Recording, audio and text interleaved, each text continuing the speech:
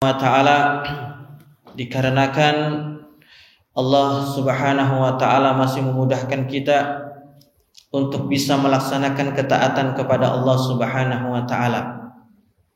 Kalau kita ingin lihat jamaah, kalau kita ingin lihat manusia yang hidup, yang diberi nafas oleh Allah Subhanahu wa ta'ala sampai detik ini, di dunia ini lebih banyak orang yang tidak taat kepada Allah daripada orang-orang yang taat kepada Allah Subhanahu wa ta'ala, wal iyadu billah. Oleh karena itu dengan hadirnya kita di sini itu menunjukkan Allah Subhanahu wa ta'ala menginginkan hidayah kepada kita, menginginkan kita lebih baik daripada sebelumnya. Karena tidak semua manusia masih dimudahkan Allah. Bahkan na'udzubillah banyak yang lebih bermaksiat. Ya, padahal hari Jumat, malam Jumat itu adalah malam-malam yang bagaimana kita mengisi dengan kegiatan-kegiatan ketakwaan, tetapi di luar sana banyak manusia yang mengisi dengan kemaksiatan kepada Allah. Wal iyadu billah. Salawat dan salam senantiasa kita curahkan kepada Nabi Allah Muhammad ibnu Abdullah salawatu rabbihi wa salamuhu alaihi, beserta keluarganya, sahabatnya, dan orang-orang yang istiqamah di jalan Allah hingga hari akhir. Jamaah yang dimuliakan Allah Subhanahu wa ta'ala, pada malam hari ini insyaallah kita akan membahas tentang orang-orang yang diinginkan kebaikan oleh Allah Subhanahu wa ta'ala. Ikhwani fiddin, tidak semua manusia, terlebih lagi ya, orang-orang yang jauh dari hidayah Allah, diinginkan kebaikan oleh Allah. Bahkan keluarga dekat kita atau orang terdekat kita pun belum tentu diinginkan kebaikan oleh Allah Subhanahu wa ta'ala. Tetapi Allah Subhanahu wa ta'ala dengan rahmannya, dengan rahimnya, dengan maha pengasihnya Allah Subhanahu wa ta'ala, Allah pilih diri kita yang mungkin kalau kita ingin melihat jamaah, diri kita ini lebih banyak dosanya, diri kita ini lebih banyak daripada penyakitnya, diri kita ini lebih banyak daripada uyub atau aib. Tetapi Masya Allah, disinilah Allah Subhanahu wa ta'ala ingin orang-orang yang dimasukkan ke dalam surganya Allah adalah orang-orang pilihan Allah. Siapa saja orang-orang yang diinginkan kebaikan oleh Allah Subhanahu wa ta'ala? Yang pertama jamaah yang dimuliakan Allah adalah orang yang dimudahkan, orang yang dimudahkan untuk mempelajari agama. Hal ini berdasarkan hadis Nabi sallallahu alaihi wasallam dari sahabat Abu Hurairah yang diriwayatkan Imam Bukhari dan Imam Muslim, hadis sahih, yang mana Nabi sallallahu alaihi wasallam mengatakan, man yuridillahu bihi khairan yufaqihu fid din. Siapa saja yang Allah Subhanahu wa ta'ala kehendaki kebaikan bagi seseorang, apa yang Allah lakukan? Yufaqihu fid din. Allah akan faqihkan, Allah akan berikan orang tersebut pemahaman. Ya, walaupun maaf status sosial orang tersebut rendah. Ya, coba kita lihat Bilal. Bilal itu jamaah yang dimuliakan Allah, hanya seorang budak yang tidak memiliki dirinya, tetapi Allah Subhanahu wa ta'ala memilih beliau untuk senantiasa di dalam agama Allah Subhanahu wa ta'ala. Yang kita maksudkan, orang yang diinginkan kebaikan Allah adalah orang yang mempelajari agama, yaitu mempelajari dari sumbernya. Mempelajari dari sumbernya yaitu Al-Quran wa sunnah Nabi alaihi salatu wassalam. Ya, itu. Kenapa jamaah yang dimuliakan Allah? Karena kalau kita berpegang kepada Al-Quran wa sunnah atau hadis Nabi alaihi salatu wassalam, itu ibaratkan mata air yang sangat jernih. Ya, Masya Allah, seperti air ini. Air Katanya air pegunungan, jernih. Sehingga sangat mudah kita terima dan sangat bersih dan sangat jauh daripada syubhat yang ada. Begitu juga ketika kita mengambil air dari muara. Muara adalah pertemuan daripada saluran-saluran air, aliran-aliran air, sehingga di situ terjadi keruhnya air.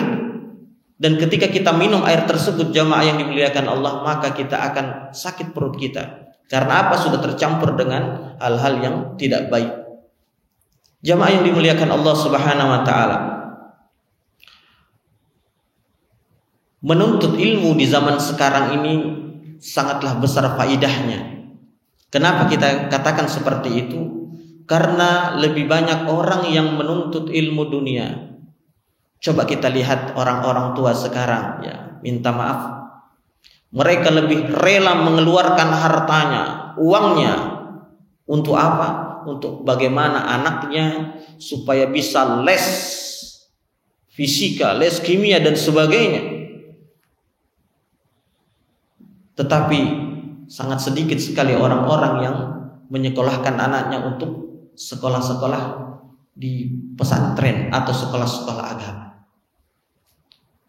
Bahkan kalau kita lihat jamaah yang dimuliakan Allah, dan ini wakil, ini adalah kenyataan, sesuatu yang real. Ketika orang ditanya di mana anakmu sekolah, anakku sekolah di luar negeri, di Perth, Australia. Anakmu di mana? Anakku di Jerman. Anakmu di mana? Anakku di Amerika. Tetapi kadang ada orang yang hanya menyekolahkan anaknya di pesantren, dia cuma bisik-bisik, kalau kamu di mana? Jangan beritahu yang lain ya. Anakku cuma di pesantren. Pesantren itu bukan cuma jamaah yang dimuliakan Allah, tetapi itu lebih hebat dibandingkan orang-orang seperti itu. Kalau kita ingin melihat fenomena yang ada, coba lihat. Banyak orang-orang di Indonesia, ada salah satunya ada B.J. Habibie. Bagaimana dia dengan harta yang begitu banyak beliau miliki, koleksi mobil, koleksi motor beliau yang harganya triliunan. Itu ketika beliau di masa tuanya, beliau seakan-akan mengatakan bahwa ilmu agama itu lebih penting daripada ilmu dunia. Itu ilmu agama itu lebih penting, kata beliau. Jauh lebih penting. Karena apa? Ketika sakit orang tuanya, anaknya lagi minta maaf, saya lagi ada kesibukan dan sebagainya. Sehingga jamaah yang dimuliakan Allah, di situ dia merasakan bagaimana pentingnya ilmu agama Allah Subhanahu wa taala. Karena kalau orang terlalu berambisi terhadap hal-hal dunia, maka dari bangun tidurnya sampai tidurnya dia akan hanya memikirkan tentang dunia dan dunia. Bagaimana saya bisa menggapai dunia ini. Tetapi anak-anak yang kita sekolahkan di sekolah-sekolah agama, maka insya Allah, mungkin kalau kita melihat dari zahir kasat mata kita, anak ini cuma apa yang biasa dihasilkan, paling jadi imam, paling jadi guru ngaji, paling jadi khatib, tidak lebih dari itu. Tetapi jamaah yang dimuliakan Allah, ingat, di hari tua kita, insya Allah kemungkinan besar dia yang akan mengurus kita daripada anak kita yang hanya sekedar mempelajari tentang dunia semata. Waliyadzubillah. Jamaah yang dimuliakan Allah Subhanahu wa taala, itu yang pertama. Orang yang diinginkan kebaikan oleh Allah adalah orang yang mempelajari agama Allah. Dan kita seperti ini pun termasuk orang-orang yang insya Allah diinginkan kebaikan oleh Allah Subhanahu wa taala. Walaupun kalau kita mau keluar dari sini, dalam artian keluar dari masjid ini, tidak ada yang melarang kita.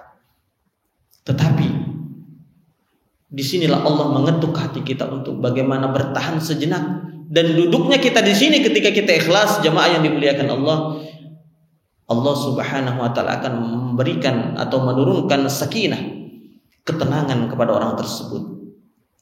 Kemudian kata Rasulullah sallallahu alaihi wasallam, wa dzakarahumullahu fi man indah. Allah Subhanahu wa taala akan menyebut-nyebut nama kita walaupun kita tidak disebut-sebut sama vice presiden, tidak kenal vice presiden sama kita, tetapi yang di langit Allah Subhanahu wa taala menyebut nama-nama kita di hadapan para malaikat yang tidak pernah bermaksiat kepada Allah Subhanahu wa taala. Kemudian yang kedua, jamaah yang dimuliakan Allah, orang yang diinginkan kebaikan oleh Allah adalah orang yang dipercepat hukumannya atau sanksinya di dunia. Orang yang dipercepat hukumannya di dunia sebelum dibalas di akhirat Allah Subhanahu wa taala. Sehingga di dunia dihabiskan sama Allah Subhanahu wa taala, dikikis daripada dosa-dosanya, sehingga di akhirat dia kembali kepada Allah biqalbin salim, dengan hati selamat, dengan jiwa yang selamat, dan dimasukkan ke dalam surga.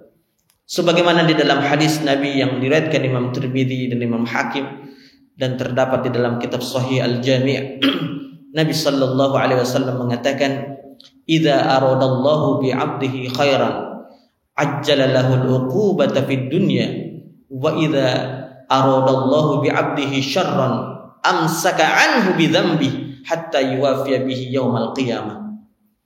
Kata Nabi alaihi salatu wasallam, jika Allah Subhanahu wa taala menginginkan kebaikan bagi seorang hamba, apa kata Nabi? Ajjala lahu al-uqubata fid dunya. Allah segerakan hukumannya di dunia. Ya. Jadi bapak-bapak jamaah yang dimuliakan Allah Subhanahu wa taala, kalau kita maaf tersandung, kalau kita terhantuk, kalau kita gelisah, kalau kita mengalami sesuatu yang tidak mengenakan, itu sebenarnya Allah ingin menghapus dan mengkikis dosa kita. Ya. Cuma kadang kita tersandung, sialan, ya kan, seperti itu. Jarang orang yang alhamdulillah, ya, mudah-mudahan Allah hapuskan dosa. Jarang yang seperti itu. Ya, selalu yang disalahkan yang lain. Ya, seakan-akan kita tidak memiliki kesalahan. Waliyadzubillah. Allah akan segerakan hukumannya di dunia. Wa idza aradallahu bi'abdihi syarra, dan jika Allah menghendaki keburukan bagi seorang hamba, amsaka anhu bidzambi, maka orang itu enjoy terus, dikasih harta, tidak pernah taat sama Allah, enjoy. Kemudian dia semakin banyak hartanya, tetapi semakin tidak taat kepada Allah, tidak Allah tarik. Tapi apa? Itu namanya istidraj, jamaah yang dimuliakan Allah. Itu sesuatu yang dipercepat oleh Allah di dunia, tapi nanti dia akan habis-habisan disiksa oleh Allah Subhanahu wa taala di akhirat nanti. Kata Nabi sallallahu alaihi wasallam, "Idza ra'aita rajulan," jika kalian melihat seseorang, qad kunna bi ni'matin ala ma'siyatin, fa'lam annahu istidraj. Dan sedangkan dia senantiasa berada dalam keadaan nikmat, mobil dia miliki tidak satu bahkan 4. Begitu juga rumah di mana-mana, apartemen, ya, dia miliki, villa juga dia miliki. Kemudian apapun dia bisa. Bahkan mungkin bahasanya 7 turunan dia tidak habis hartanya. Tetapi dia tidak taat kepada Allah. Jangan kita iri sama dia. Tetapi apa? Itu namanya istidraj. Sesuatu yang disegerakan oleh Allah di dunia, tapi nanti di akhirat Allah Subhanahu wa taala akan habiskan dia dengan siksa-siksa Allah yang tidak Allah Subhanahu wa taala kurangi sedikit pun. Makanya jemaah yang dimuliakan Allah, kita perlu introspeksi diri. Misalnya kita tidak berbuat ketaatan, tapi kok nikmat kita tambah terus, tidak pernah kita sakit dan sebagainya. Itu kita perlu hati-hati. Kita perlu was-was. Ya. Jangan sampai saya digolongkan Allah Subhanahu dengan mustadrijin, orang-orang diberikan istidraj. Ya. Maka tetap senantiasa taat kepada Allah Subhanahu wa taala. Jadi kalau kita sakit, alhamdulillah ya Allah. Nabi sallallahu alaihi wasallam pun ketika sakitnya, Nabi senantiasa mengucapkan alhamdulillah. Ya, ketika Rasulullah senang, Rasulullah mengucapkan apa? Alhamdulillahilladzi bi ni'matihi tatimmus sholihat. Ketika diberikan kesenangan apapun itu, kabar gembira, kesenangan ini, kesenangan dan sebagainya. Tetapi ketika Rasulullah sallallahu alaihi wasallam mendapatkan hal-hal yang susah, yang rumit, bahkan sakit beliau tetap mengatakan puji-pujian kepada Allah dengan mengatakan alhamdulillahi ala kulli hal. Segala puji bagi Allah atas setiap keadaan. Masya Allah. Jarang orang yang sakit gigi, ya, Alhamdulillah ya Allah, jarang. Ya, mungkin nggak ada ya. Tapi kalau dia tahu hakikat bagaimana sakit yang diberikan Allah itu penghapus dosanya, maka dia akan senantiasa bersyukur, ya Allah, mudah-mudahan ini penghapus dosa ya Allah. Kalau sakit itu ikhwani fillah, kalau kita resapi hadis ini bahwa sakit itu penggugur dosa, maka apa yang terjadi? Sakit kita itu nggak terlalu sakit. Beda kalau kita sakit kemudian kita rasakan banget ya sakit tersebut dengan mengeluh, maka coba itu beda rasanya. Ya. Apa kata Nabi sallallahu alaihi wasallam? Ma asaba min musibatin tusibul muslim illa kaffarallahu biha anhu hatta syauqa yashaquha. Di dalam hadis sahih yang diriwayatkan Imam Muslim, Nabi sallallahu alaihi wasallam mengatakan, ma asaba min musibatin, musibah apa saja yang menimpa seorang muslim kecuali Allah Subhanahu wa taala akan menghapuskan dosa-dosanya. Jadi musibah itu bukan saja tersandung, bukan saja kita mengalami kerugian, tetapi sampai kita pun resah atau gelisah, itu pun penghapus dosa, jamaah yang dimuliakan Allah. Di dalam hadis lain seperti itu dikatakan oleh Rasulullah. Gelisahnya kita, capeknya kita bekerja untuk mencari nafkah, kewajiban kepada keluarga kita, itu pun ketika capek itu pun merupakan penghapus dosa. Makanya senantiasa mengucapkan alhamdulillah ala kulli hal ketika kita berada dalam hal-hal yang tidak menyenangkan. Jamaah yang dimuliakan Allah Subhanahu wa taala. Pernah suatu saat Ummul Ala sakit, menderita demam. Bahkan Nabi sallallahu alaihi wasallam waktu itu menjenguk beliau dan mengatakan ya kepada Ummul Ala, absyiri ya Ummul Ala. Berita apa? Bergembiralah wahai Ummul Ala. Kenapa? Sesungguhnya kata Nabi, sesungguhnya sakit itu adalah merupakan penggugur daripada dosa-dosa kita. Ya, masya Allah. Jadi mulai dari sekarang jamaah ini dimuliakan Allah, apapun sakit kita, walaupun hanya pusing sedikit, tetap itu adalah merupakan penghapus dosa. Makanya perlu kita ikhlaskan kepada Allah Subhanahu wa taala. Yang dikhawatirkan itu adalah sudah banyak dosa, tidak pernah sakit. Nah itu semakin menjadi daripada siksaan Allah kelak di hari kiamat. Kemudian yang ketiga, jamaah yang dimuliakan Allah Subhanahu wa taala, orang yang diinginkan kebaikan oleh Allah adalah Allah bukakan pintu amal kebaikan, Allah mudahkan orang itu beramal sebelum datang kematiannya. Ya. Berdasarkan hadis Nabi alaihi salatu wassalam yang diriwayatkan Imam Ahmad dan Hakim dari sahabat Ammar bin Al-Haq, Nabi alaihi salatu wassalam mengatakan, idza aradallahu bi 'abdihin khairan ista'malahu. Jika Allah Subhanahu wa taala menginginkan kebaikan seorang hamba, kata Nabi, ista'malahu, maka orang itu akan dimudahkan Allah untuk beramal. Qila, ditanyakan kepada beliau, ma yasta'miluhu, apa maksudnya dimudahkan untuk beramal sebelum kematiannya? Qala, Nabi mengatakan, yuftahu lahu amalan solihan baina yaday mautihi hatta yarda alaihi man haulahu. Kata Nabi alaihi salatu wassalam, orang yang dimudahkan untuk beramal sebelum kematiannya adalah orang yang dibukakan baginya amal-amal soleh. Jadi dia mudah melaksanakan amal soleh, walaupun sebelumnya mungkin dia jarang sekali melakukan amal soleh. Dan dia melakukan amal soleh itu di dekat dengan kematiannya.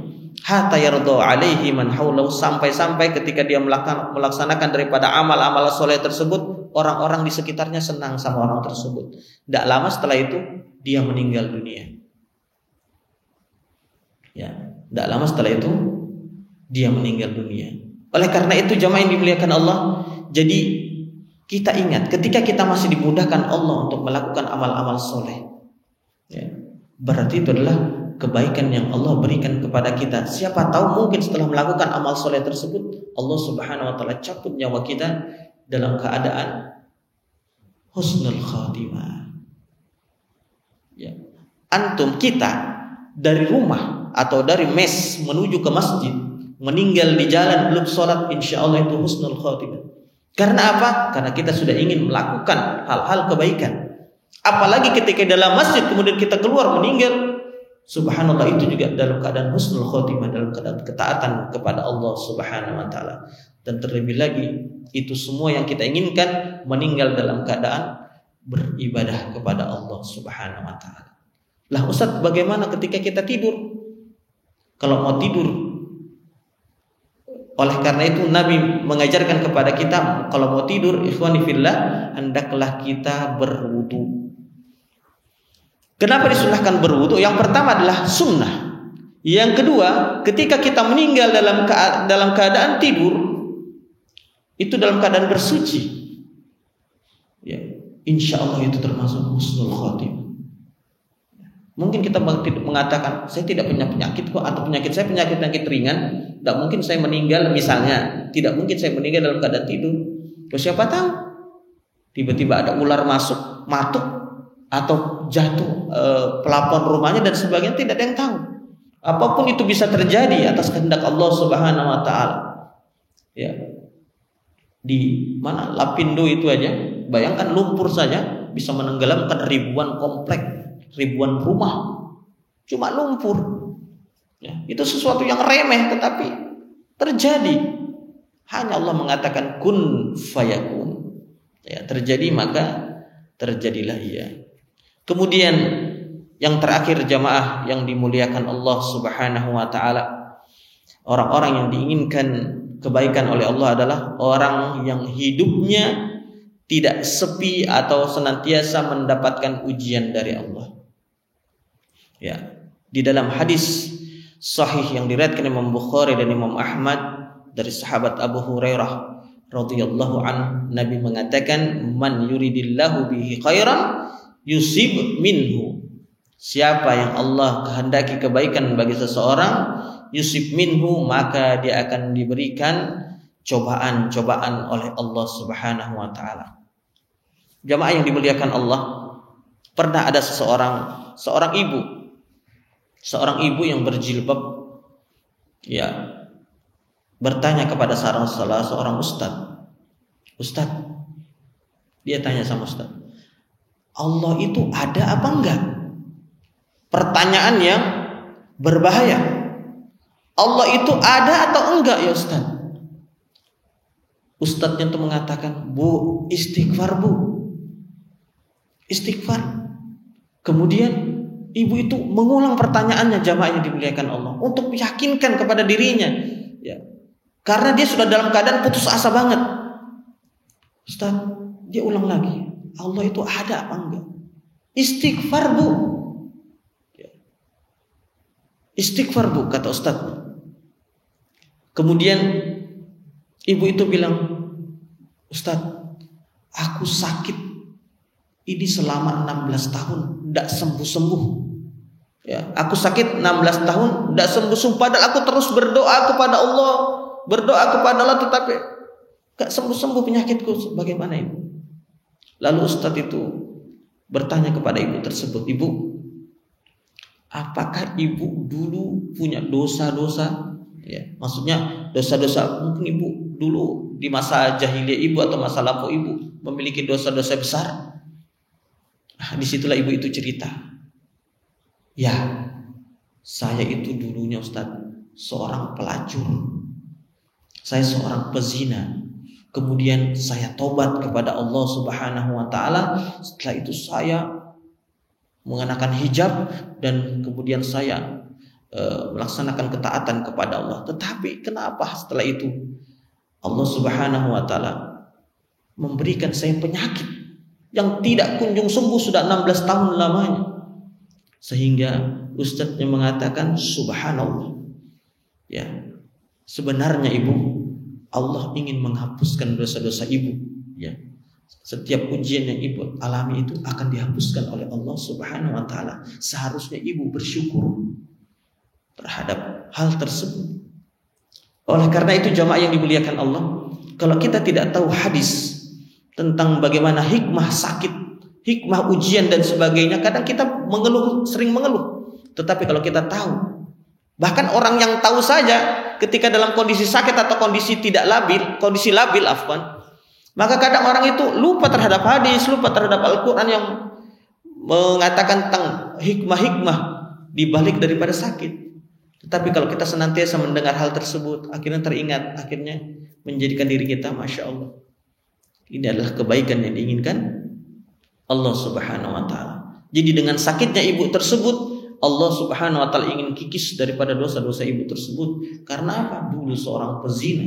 Pezina itu adalah seorang yang sangat-sangat tidak disukai Allah Subhanahu wa ta'ala, bahkan termasuk daripada al-kabair, termasuk daripada orang-orang yang berbuat dosa-dosa besar. Jamaah yang dimuliakan Allah Subhanahu wa ta'ala, mungkin apa yang kita sampaikan pada kesempatan kali ini tentang orang-orang yang diinginkan kebaikan oleh Allah Subhanahu wa ta'ala kita akhiri.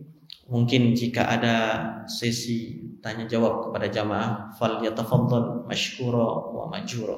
Kami persilahkan.